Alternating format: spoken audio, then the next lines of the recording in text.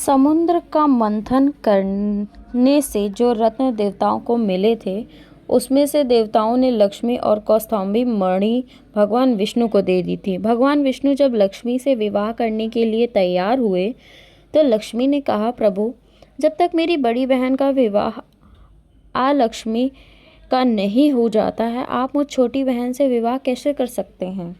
इसीलिए आप पहले मेरी बड़ी बहन का विवाह कीजिए, बाद में फिर मुझसे विवाह कीजिए, क्योंकि यह प्राचीन नियम है। लक्ष्मी के ऐसे वचन सुनकर भगवान विष्णु ने लक्ष्मी की बड़ी बहन लक्ष्मी का विवाह उद्दलक ऋषि के साथ कर दिया। अब लक्ष्मी बड़ी कुरूप थी, बड़ा मुख, चमकते हुए दांत, वृद्ध के समान शरीर, बड़े बड़े लाल लाल नेत्र और रूखे बाल। महर्षि उद्दला भगवान विष्णु के आग्रह पर उससे विवाह कर उसके वेद मंत्रों की ध्वनि से गूंजते हुए अपने आश्रम में ले गए।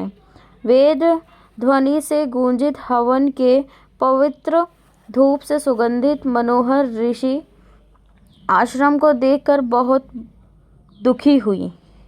लक्ष्मी ने महर्षि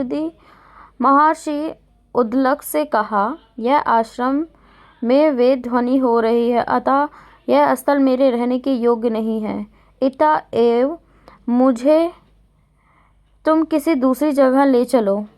उसकी बात सुनकर महर्षि उद्दलक ने कहा, तुम यहाँ पर क्यों नहीं रह सकती हो, और तुम्हारे रहने के योग्य दूसरी जगह कौन सी है, मुझे बतलाओ।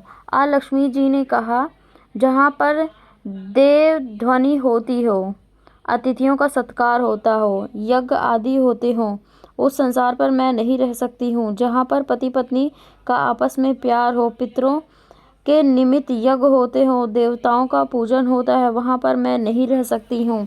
जहाँ दिन रात पति पत्नी लड़ते रहते हों और जहाँ से अतिथि लोग सदा निराश लौटते हैं, जहाँ पर पूज्य वृद्धों, सत्पुरुषों तथा मित्रों का अनादर होता हो और जहाँ पर अतिथि कठोर वाणी बोली जाती है, जहाँ पर दुराचारी, चोर, परस्त्री गामी प्राणी रहते हैं, जहाँ कौवे का वध, माघपान, ब्रह्म हत्या आदि होते हैं, वहाँ मैं प्रसन्नतापूर्वक निवास करती हूँ। इस प्रकार लक्ष्मी के वचन सुनकर महर्षि उद्दलक का मुख मलिन हो गया।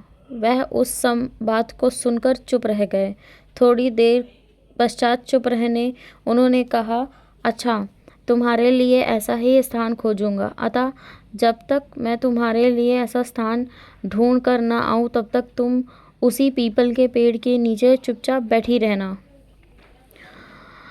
महर्षि उद्दलक उसको पीपल के नीचे बिठाकर स्वयं उसके रहने के योग्य स्थान ढूंढने के लिए निकले, लेकिन जब वह बहुत काल तक प्रतीक्षा करने पर भी वापस नहीं लौटे तो लक्ष्मी रोने लगी।